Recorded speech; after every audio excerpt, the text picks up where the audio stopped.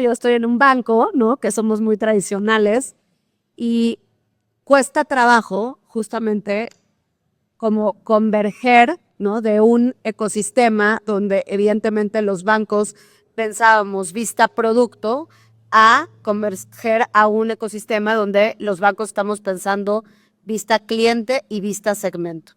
Entonces, para hacer el onboarding de los clientes, ¿no?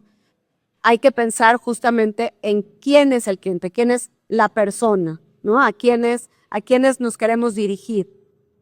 Y justamente quitar esas barreras, ¿no? Entre la banca y los usuarios finales, porque todavía te sienten muy tradicional, muy rígido, ¿no? De pronto por eso también buscan soluciones que sean más amigables, que puedas aperturar la cuenta por el teléfono celular, ¿no? Pero yo creo que los bancos no estamos peleados con esos ecosistemas, inclusive yo lo que diría es que convergemos muy bien y somos complemento, ¿no? Yo vería el mundo de las fintechs con el mundo de la banca como un complemento y por supuesto tenemos que aprender de cómo desarrollar esas experiencias del cliente. Entonces, en el caso Scotiabank, que es el banco que yo represento, ahora hemos migrado esa visión vista cliente y vista segmento, donde el cliente se puede atender desde la primera interacción, abriendo su celular, bajando la aplicación, ¿no? Y entonces haces la apertura de la cuenta, que es, pues, digamos, el primer producto financiero por el cual lo quisieras atraer, ¿no?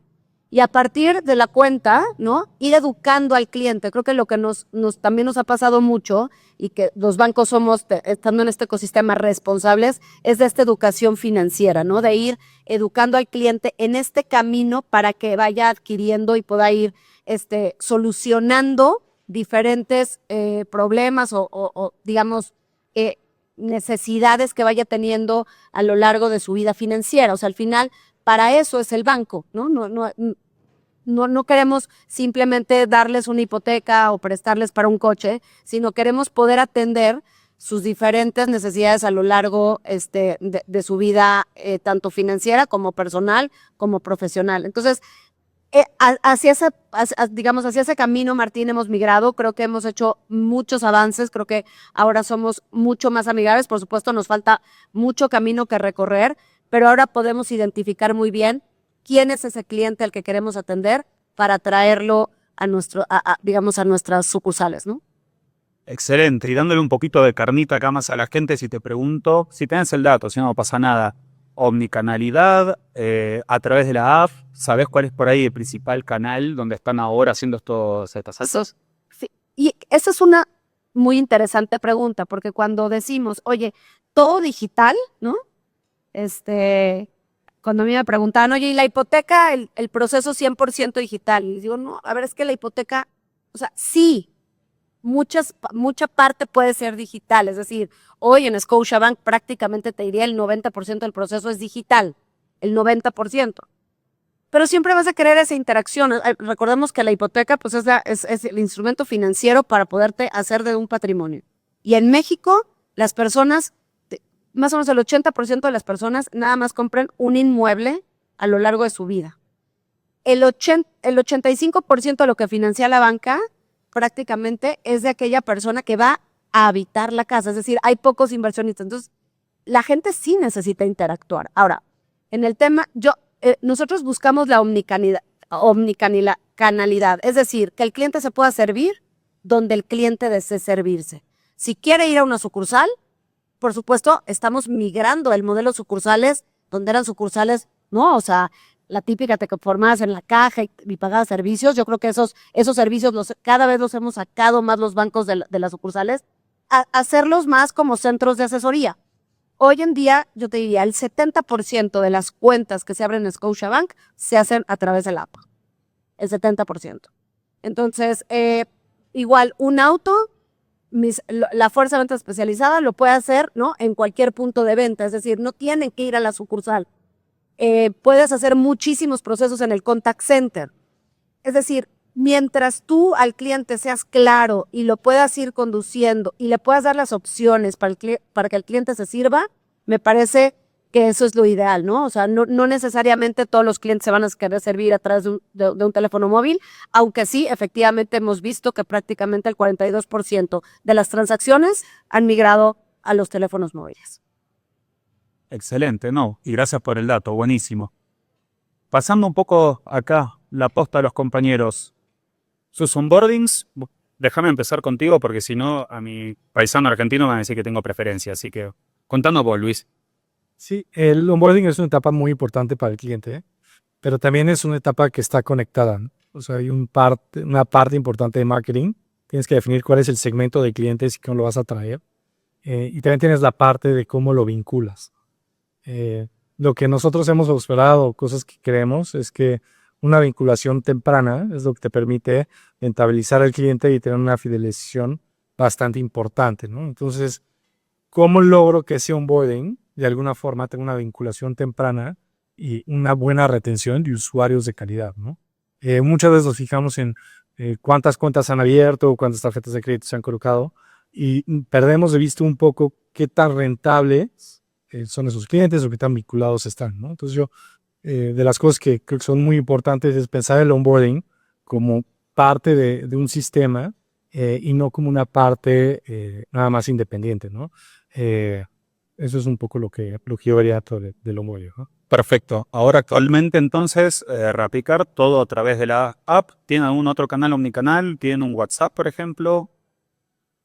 Tenemos parte de nuestra propuesta de valor es tener personal advisors que los puedes contactar en cualquier momento por medio de WhatsApp.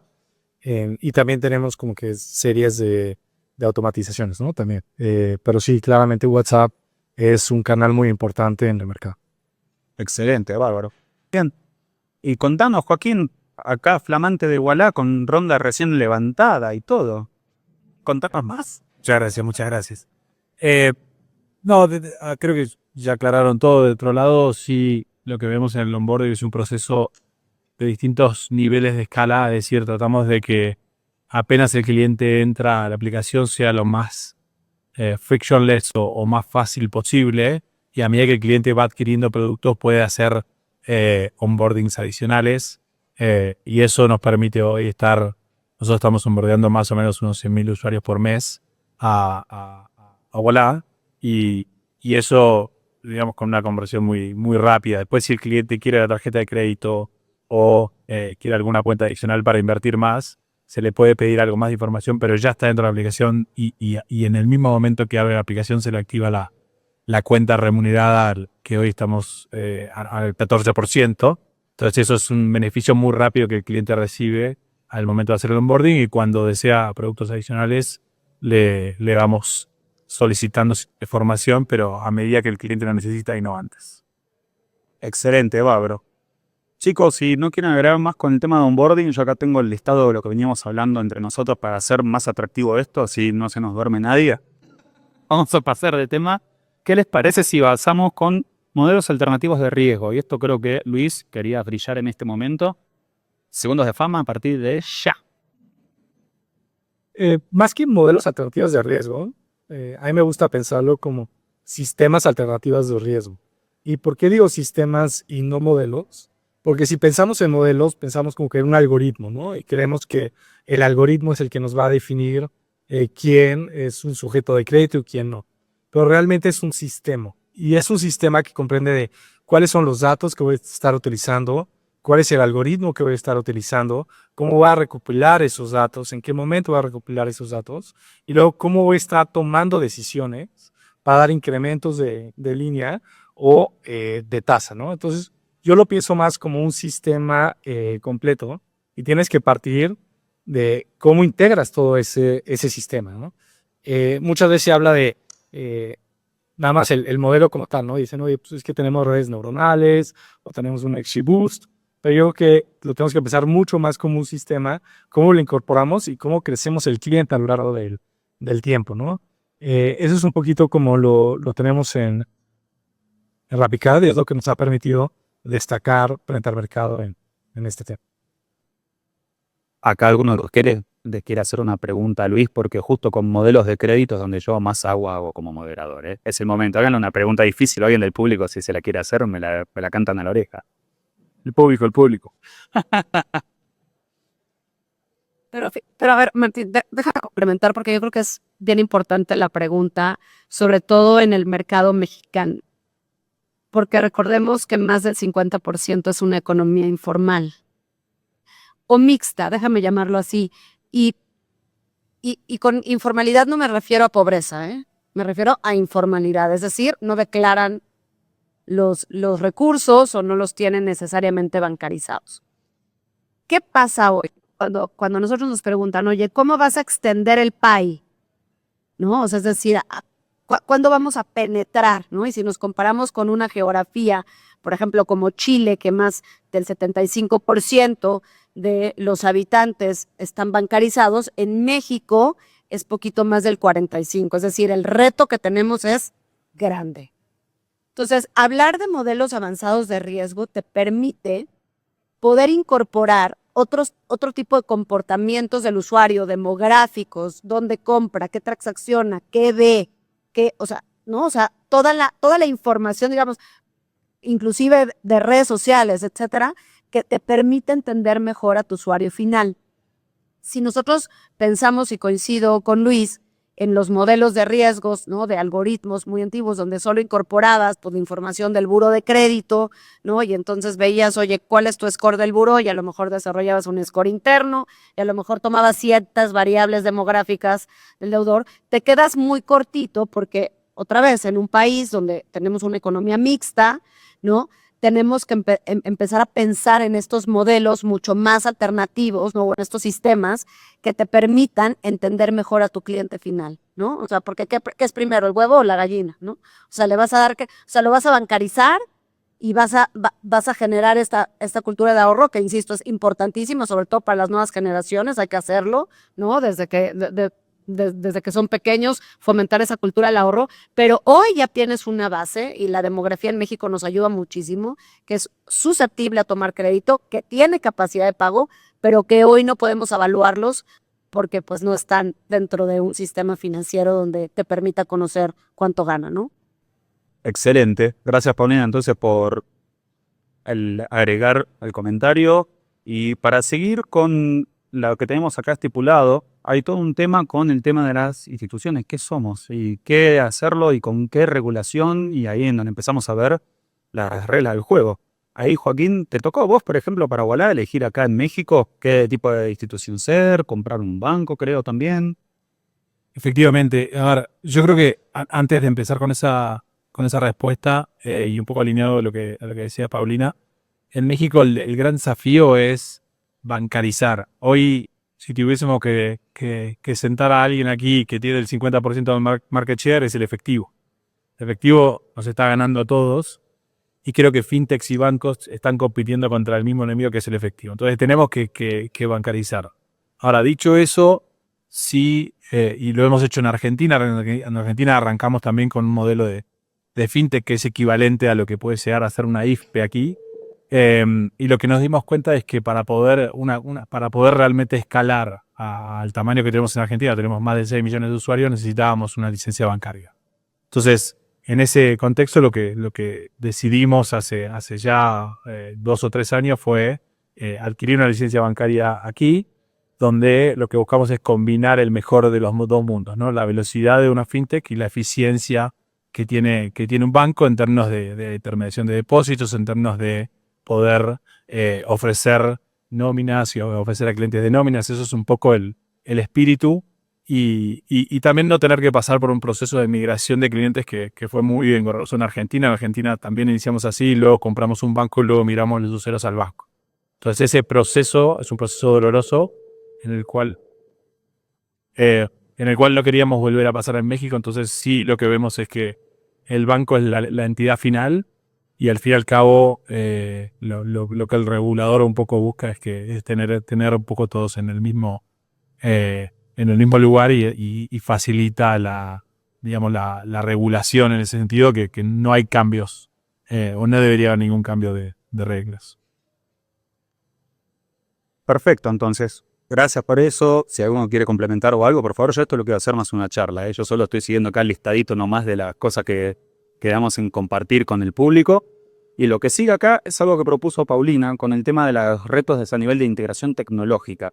Y acá, además de que me imagino de estar un montón para compartir, a mí me gusta hacerlo más tipo programas de televisión. ¿No? Tienes que contar la mejor y la peor historia a intentar colaborar con una startup, a modo de chisme ya a esta altura. Buen reto, buen reto. A ver, primero, nada más para que se den una idea, les voy a contar la historia de Scotiabank. Y ha habido bancos que han quebrado simplemente por hacer una migración tecnológica, ¿eh? Y bancos grandes, ¿no? O sea, ingleses. Por ahí hay la historia de uno que quebró justamente por hacer esta migración tecnológica. Es un riesgo, traes administrada la información. Y mira, Scotiabank en México, pues es un banco que tiene poquito menos de 3 millones de clientes, ¿no? O sea, es decir, no somos el banco más grande de México. Hicimos cambiamos nuestro core bancario en el 2017 y eso implicó integrar más de 40 sistemas que tenían diferente información de los clientes. Entonces, fue un reto, la verdad, bastante grande. Por supuesto, cuando se decidió, yo estuve en el comité donde decíamos go o no go, pues dijimos go, es ahora o nunca, pero pues evidentemente fue un reto porque información de los clientes se perdió, más que se perdió, pues no la encontrabas, o sea, no sabías dónde estaba, no sabías, el cliente no podía ver su saldo, algunos de los clientes, ¿no? Entonces fue un reto, pero tenías que dar el salto, son de estos saltos que son como kamikaze, pero si no lo das, nunca vas a poder tener ese alcance. Hemos tenido Scotiabank a nivel, digamos, regional. Sus principales geografías, es un banco canadiense, sus principales geografías son México, Chile, Perú y Colombia. Ya hemos tenido y tenemos, digamos, un fondo para invertir en startups. Hicimos una alianza con Confío, por ejemplo, para financiar pymes. Yo creo que fue una buena alianza. No hubo integración tecnológica, yo creo que ese fue el mejor acierto, ¿no? O sea, cada entidad, ¿no? O sea, funcionaba con sus fortalezas y al final, pues obviamente unías fortalezas. Creo que ahí está el verdadero entender, ¿no? De cómo podemos convivir, ¿no? Inclusive complementarnos las fintechs con los bancos, porque las fintechs tienen la habilidad de poder hacer desarrollos muy rápido, muy fácil. Nosotros tenemos legacies de muchos años y mover a un equipo de TI en un banco es fórmate a la prioridad 46. Entonces, yo creo que lo importante y hacia donde nosotros estamos viendo, ¿no? Nos hemos integrado, hemos desarrollado, digamos, un flujo, un workflow, ¿no? Que te permita hacer conexiones a través de APIs, donde puedas converger con varias soluciones que no necesariamente tú vas a ser el desarrollador, pero que te sirven obviamente para atender a tus clientes. Justamente ahorita estamos desarrollando uno para hacer el onboarding de auto, ¿no? Donde vas a poder hacer el onboarding mucho más amigable, ya lo decía Joaquín, ¿no? Frictionless, donde el cliente tenga que poner poquitos datos, ¿no? Y no tengas que migrar hacia eso. Pero por supuesto sí es un reto el tema tecnológico, porque puedes fracasar en el camino y tienes un riesgo muy grande, insisto, porque además estás gestionando información muy vulnerable de tus clientes, ¿no? Entonces tienes que ser muy cuidadoso cuando haces migración o cuando integras nuevos jugadores a que participen dentro de tu ecosistema para que puedas facilitarle, ¿no? Digamos, la experiencia al usuario final. Excelente. ¿Querés agregar algo, Luis? Te veo calladito casi. Por favor, ¿eh? No, yo creo que la parte tecnológica siempre es un reto. Y algo que debemos de pensar es no nada más en la tecnología, sino de cara al cliente, ¿no? Cómo lo mejoramos y los procesos, ¿no? La tecnología ha avanzado muchísimo y como que siempre está esta idea de tratar de meter tecnologías o modelos como que muy avanzados sin entender por qué lo queremos hacer o cuál es ese propósito, ¿no? Entonces, para mí la parte de tecnología siempre es más cómo solucionamos un problema y no al revés, ¿no? Cómo metemos esa tecnología al problema que ya exista, ¿no? Claramente hoy hay muchísimas cosas, yo no soy experto en ese tema en específico, pero que te pueden ayudar, ¿no? Por ejemplo, la elasticidad de la nube, las bases de datos que puedes tener allá arriba en los repositorios. Pero todo esto siguen siendo herramientas y tenemos que pensar más en cuál es el user journey que queremos tener, cuál es el fenómeno que queremos estar solucionando y demás, ¿no?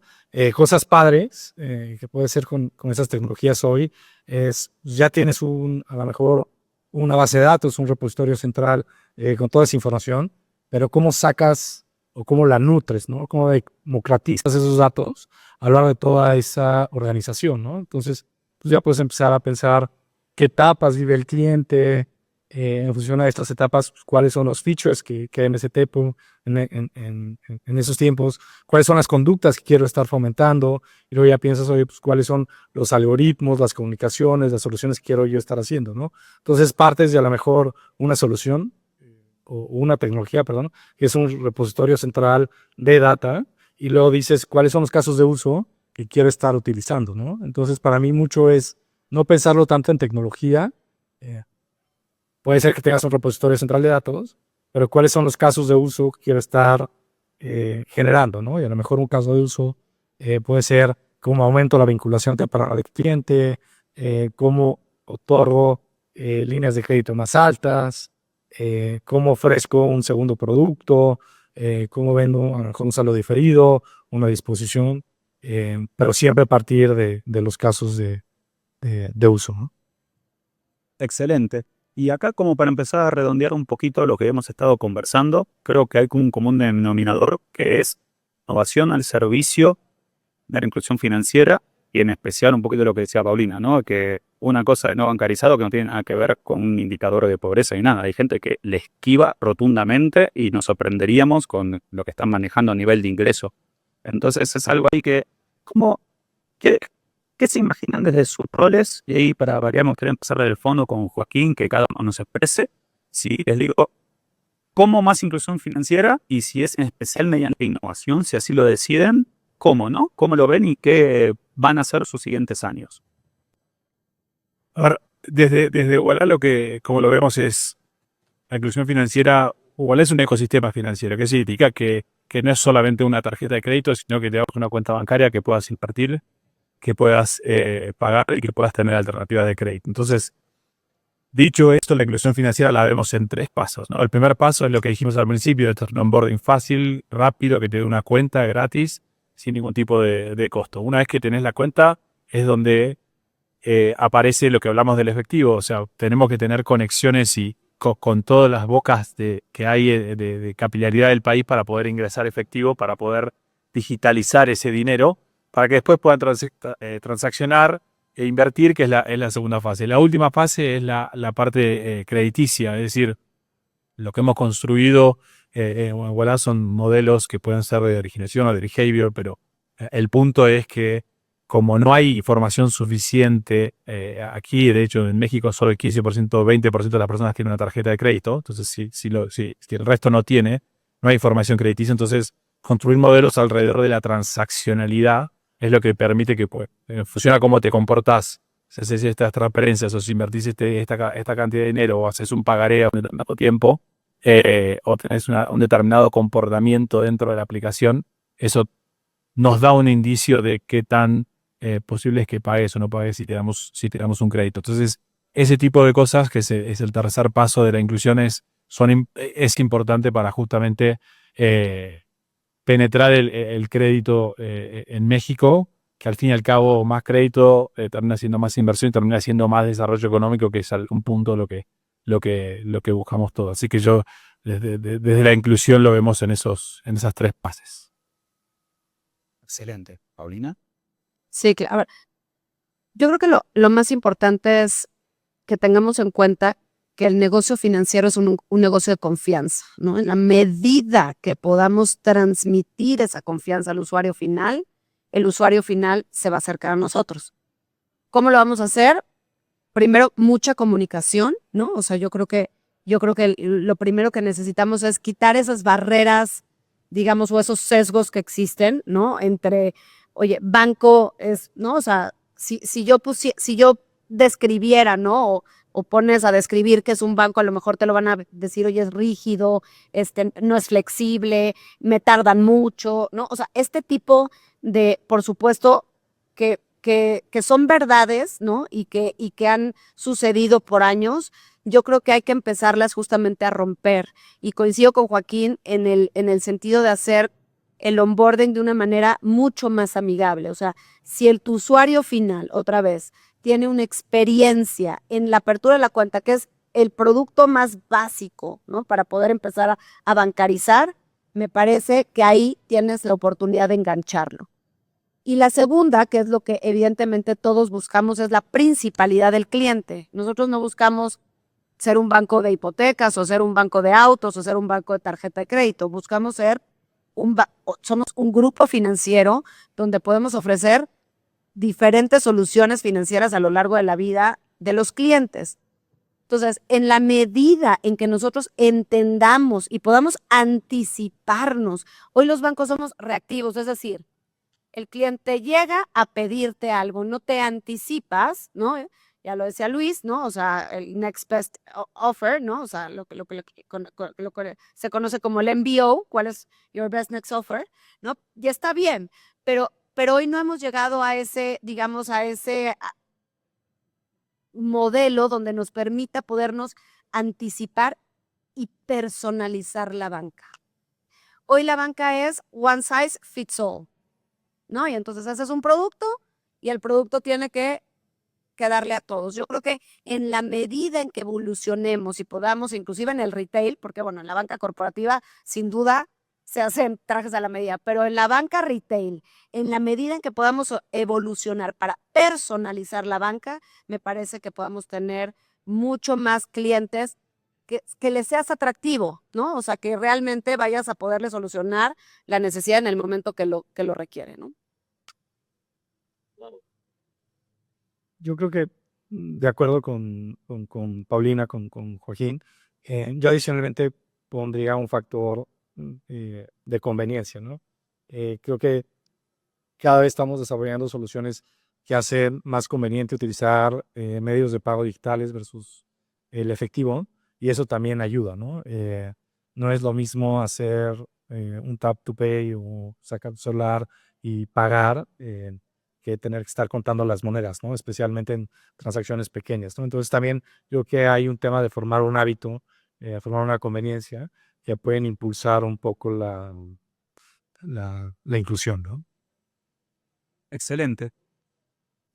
Bueno, hemos visto un montón de insights, acá hemos compartido un montón de información.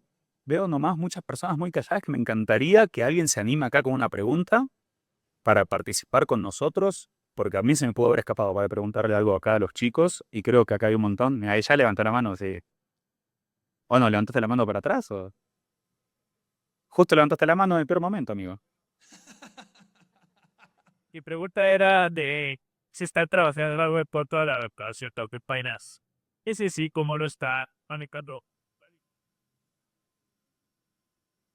¿La pregunta es para mí? Sí, sí, está preparado, o sea, está peta y falta. Pero, sí, es verdad.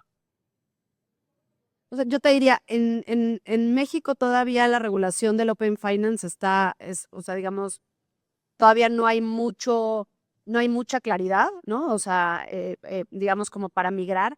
Ha habido esfuerzos del Banco de México y de la Comisión Nacional Bancaria de Valores como para abrir, ¿no? O sea, ciertos productos y que cada vez se comparta más esa información y el cliente pueda migrar de forma más fácil, ¿no? Pero yo te diría, todavía hay muchos retos tecnológicos de información, de prontitud, ¿no? Que se tienen que solucionar previo a poder, a poder avanzar hacia un modelo de Open Finance, ¿no? Por favor. ¿Hay alguien aquí de la Comisión Nacional? No vaya a ser, ¿no? Ya que estamos. Podemos jugar el título. Héroe o amenaza, no sé. ¿Alguna otra pregunta acá del público, chicos? No me hagan pararme como la profesora mala del secundario que señalo, voy a señalar que más distraído está, ¿eh? Ahí para...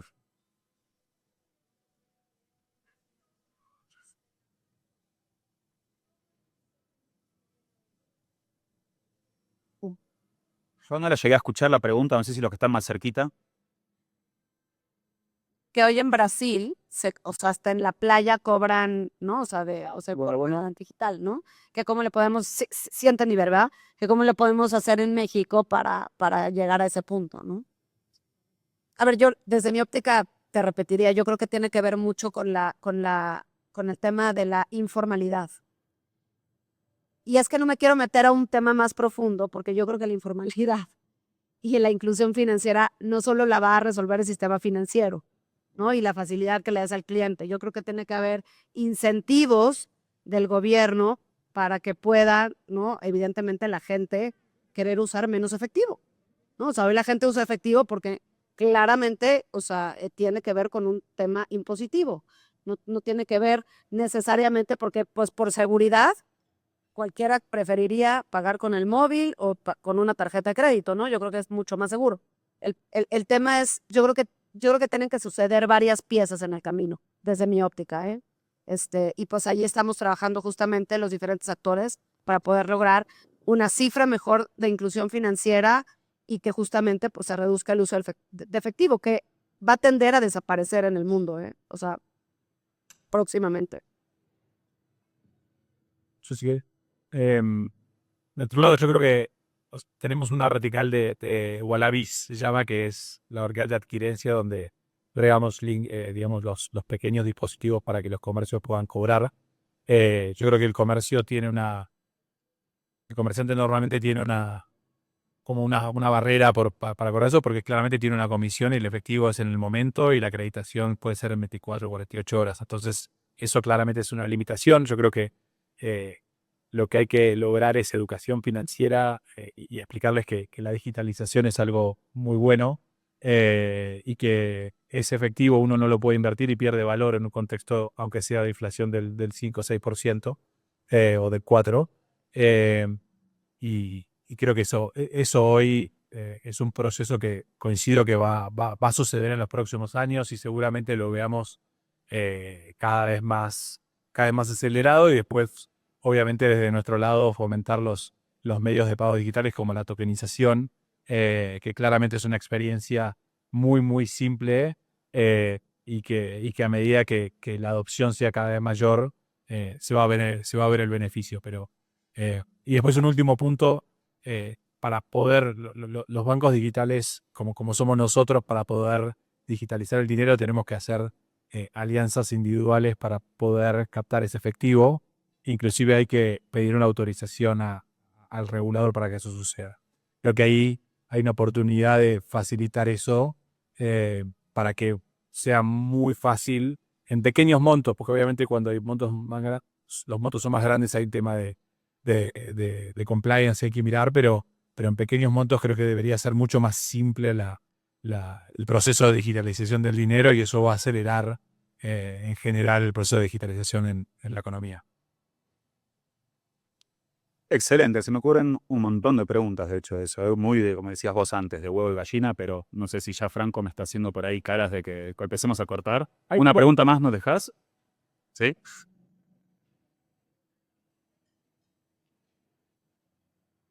Hola, buena tarde. Mi pregunta es, ¿qué recomendarían a una fintech en cuestión de prevención de lavado de dinero? Sobre todo tomando en cuenta los nuevos esquemas de China que están pues colaborando para ello con las bandas de crimen organizado. O por ejemplo el uso de Bitcoin, que se sabe que también tiene muchos usos ilícitos. Gracias. ¿Puedes repetir la parte de la pregunta? No. ¿Qué recomendarían a una fintech en cuestión de prevención del lavado de dinero? Tomando en cuenta los nuevos esquemas que hay entre brokers chinos y bandas de delincuencia organizada. La realidad es que hay una ley de lavado de dinero y lo que yo le recomendaría a esta fintech es asegurarse que la cumpla, ¿no? Y la realidad es de que son como que muchos procesos, pero realmente no son tan complicados de seguir, ¿no? O sea, tienes que saber pues, que es una operación relevante, cuándo la tienes que documentar, cómo tienes que levantar tu expediente único y demás, ¿no? Pero la realidad es de que en temas de prevención del lavado, yo creo que lo más importante es tal cual, ¿no? O sea, a suerte de que estás cumpliendo con regulación y aparte de forma práctica, ¿no? También hay algunos sistemas que te van a ayudar o tecnologías en las cuales te puedes como que recargar, pero lo más importante es pues, conocer la ley y asegurarte que la estás cumpliendo, ¿no? En cuanto a Bitcoin y demás, la realidad es de que ya dependerá de esa regulación de que lo estás cumpliendo en esas funciones. Yo, una sola cosa, aparte de cumplir la ley, creo que desde un principio siempre asegurarse de que lo que uno está haciendo es escalable. Porque el primer problema que uno se encuentra es arma una tecnología y está todo muy lindo, pero cuando esto tiene que jalar a 3 millones, se rompe todo. Entonces, asegurar la escalabilidad desde un principio. ¿Esto soporta 1, 2, 3, 5 millones? ¿Sí o no? Creo que eso es un punto importante cuando uno arranca. Excelente. Paulina, ¿querés agregar más cosas para A ver, ya lo comentó Luis, pero a ver cómo... La verdad es que los bancos tenemos procesos súper robustos en tema de prevención del lavado de dinero y nos auditan, yo te diría, de forma trimestral, ¿no? O sea, ¿qué es lo primero que tienes que hacer? Know your customer, ¿no? Conoce a tu cliente, eso es básico, ¿no? O sea, se presenta quién es, dónde trabaja. Estos procesos, por ejemplo, de pronto digitales, virtuales, luego limitan, ¿no? Bueno, ya hay tecnología como geolocalización, etcétera, pero es decir, lo básico, o sea, basicorum es conoce a tu cliente. Y de ahí, pues, medir cualquier cantidad de transacciones que hace el cliente, por ejemplo, ¿no? O sea, hay veces que el cliente rompe, digamos, las transacciones inusuales, entonces ahí te prende una alerta. No necesariamente todas, lo lindo de esto o lo interesante de esto es que tienes que empezar a entender cuándo sí, ¿no? Es una transacción que verdaderamente es raro y hay que congelar la cuenta, o cuando no, pues evidentemente se salió el flujo y tienes que volver a hacer una debida diligencia a los clientes. En fin, o sea, por supuesto la tecnología va a acompañar esto, pero lo principal, y voy a regresar a mi punto, y a lo mejor soy muy romántica cuando lo digo, pero es que de verdad que este negocio es un negocio de confianza. Y cuando se rompe la confianza, se rompe el negocio, o sea, se acaba tu negocio, ¿no? Entonces, sí hay que ser bien cuidadosos y hay que estar bien cerquita de los clientes para realmente entender quiénes son y cómo transaccionan con nosotros. Bárbaro. Por aquí, ¿alguna otra pregunta? Chicos, chicas, público, no nos abandonen. Estamos acá listos para responder todas sus dudas y preguntas. No, así ahí al fondo, vamos arriba. Bien ahí. Tengo una duda muy específica que creo que aplica un poco para todos. Paulina está mencionando que ahorita Scotiabank está moviéndose en una dirección de simplificar la creación de las cuentas de los usuarios. Ya no es necesario ir a la sucursal, ya lo pueden hacer desde la app, todo esto. En cambio, en aplicaciones como Rappicar, por ejemplo, todo es desde la app. No existe realmente una sucursal a la que puedas ir a atender esto, ¿no? Entonces, ¿cuáles son los retos en términos de ciberseguridad, de cómo identifican que es un cliente o cómo protegen la información de este cliente? Por ejemplo, una cosa que sí da, como bien dice Paulina, mucha confianza como un cuentaviente es saber que si pasa algo puedes ir a la sucursal y te atiende una persona y tú mismo al estar allá estás validando que eres la persona, ¿no? Entonces, ese es un reto cuando ya todo se vuelve digital, ¿no? Es curioso, pero muchas veces vas a la sucursal y no te atienden en la sucursal. No sé si les ha pasado, ¿no? Pero vas a un banco y dices, necesito reportar el robo de una tarjeta. Y te van a decir, muy bien, eso no se hace aquí. Por favor, toma el teléfono y te atendemos. La línea banco, literal. Exacto, ¿no? O vas y solicitas a un banco, oye, necesito la carta de liberación de mi hipoteca, ¿no? Y te dicen, muchas gracias, es el teléfono del call center, si quieres marcamos juntos, ¿no? Entonces, como que mucho lo que ha sucedido es que los bancos son conscientes que los clientes no quieren ir a la sucursal para muchas cosas y han migrado los procesos fuera de la sucursal, ¿no? A mí me tocó hace poco tener que ir por alguna razón a al banco, y él decía, pero es que no hay nadie que me pueda atender de una forma más personal. Decían, no, ahí está el teléfono. Entonces, yo creo que seguimos pensando como que las sucursales atienden de forma integral a los clientes y paulatinamente se ha visto que cada vez es menor, ¿no? ¿Cómo se aseguran o cómo las fintechs o nosotros de que ese cliente es el cliente? Y creo que hay muchísimos mecanismos, ¿no? Muchas veces tienes el INE, tienes Renapo, tienes Conser, tienes como que muchas formas en las cuales te aseguras que es el cliente, ¿no? Detectas si es una operación inusual, si es un cliente que está haciendo operaciones que no hacen sentido, ¿no? Entonces, es un poco lo que... Qué interesante. Encima, como hace años, no sé si se acordarán ustedes, y justo con tu pregunta, qué bueno que le hiciste, los bancos eran muy reticentes a hacer más fintech y las fintech venían a decir, nunca más vas a ir a ningún lugar físico y te va a atender un humano. Y años después, las fintech son más banco tradicional y los bancos tradicionales son más fintech, ¿no?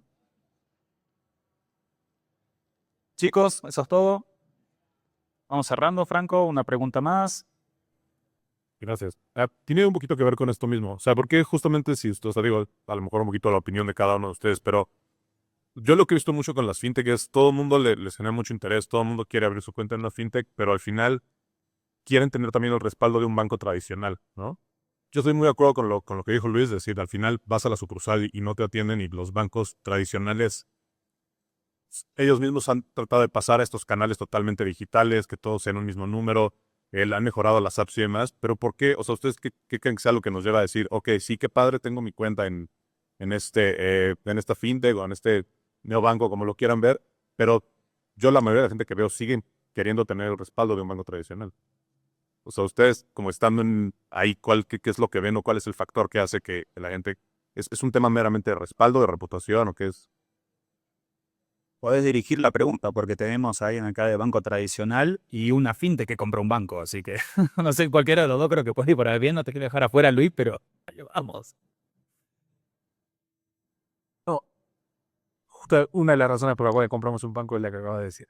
El seguro del IPAP es algo que es valorado y un banco aquí, o sea, tiene buena awareness. Nosotros decimos que somos un banco y es bien recibido eso en nuestros clientes. Yo creo que hay segmentos y segmentos. Yo creo que un segmento universitario es claramente digital y no hay que querer ir nunca a un banco, a no ser que quiera sacar un préstamo hipotecario porque necesita un cierto asesoramiento, eso puede ser. Pero alguien quizás está más acostumbrado a la sucursal y no lo vas a sacar de ahí. Entonces, yo creo que hay todavía una parte generacional donde alguien de 20 años nació con el teléfono y no quieren que... Y va a resolver, y si puede resolver todo con el teléfono, lo va a hacer.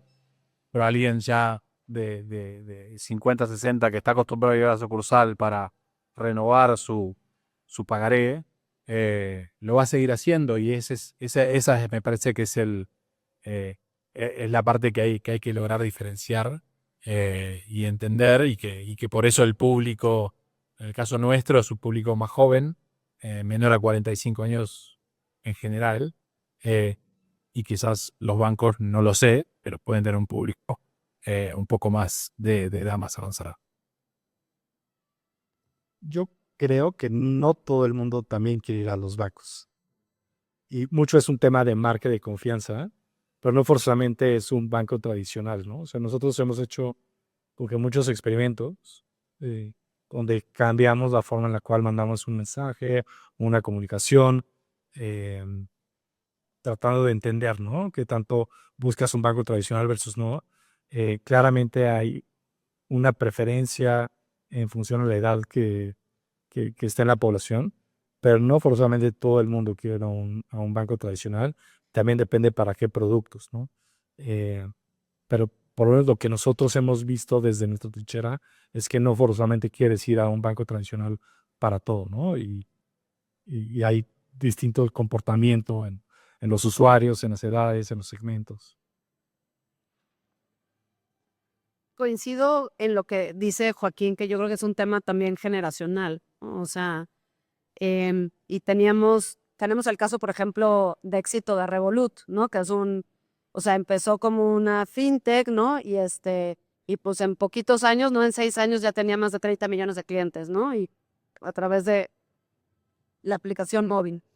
Yo creo que tiene que ver un poco con eso, o sea, ¿cuál es tu segmento? ¿A quién estás dirigido? O sea, ¿cómo les quieres hablar? ¿No? O sea, los bancos otra vez tenemos esta connotación de son serios, ¿no? De son rígidos, me queda clarísimo que para Luis nunca lo atendieron en la sucursal, entonces tienes experiencia, ¿no? O sea, ¿no? O sea, no pero, en fin, o sea, hay mitos y leyendas, y hay cosas que son ciertas y hay cosas que no, pero al final del día, yo creo que, a ver, yo como lo veo, y coincido con lo que decía Martín, que es, hay más bancos que queremos ser fintechs y fintechs que quieren ser bancos. Al final vamos a converger en un punto. ¿Por qué? Porque lo que queremos es atender al cliente de la mejor forma y poderlo servir de la mejor manera. Entonces vamos a tener, evidentemente, los bancos que empezar a flexibilizar cosas y convertirnos más, ¿no? O sea, ser más simples de fintechs, y al final somos complemento, ¿no? O sea, todos estamos participando en un sector financiero. Yo siempre digo, hay mercado para todo, ¿no? Y el chiste es qué cliente quieres, cómo le quieres hablar, y a partir de ahí, cómo generas una experiencia para traerlo hacia ti, ¿no? Hablaron de segmentos, justo cerrando también con la pregunta. ¿Saben si lo tienen al dato, nomás de curiosidad, porque sería genial, edad promedio por ahí de aperturador de cuenta del Scotiabank versus el de un Wallay y un Rapicard, para saber qué rango de edades por diferentes tipos de logos que tenemos? Se puede ser súper interesante. Creo que ya comentaba Joaquín que 45 años, depende del producto, te diría, Mati. En cuentas en Scotiabank, te diría, y dependiendo, porque si te vas al segmento affluent, pues el promedio de edad ha de estar por ahí de 55, 56 años. Cuentas, es decir, dinero, inversión, ¿no?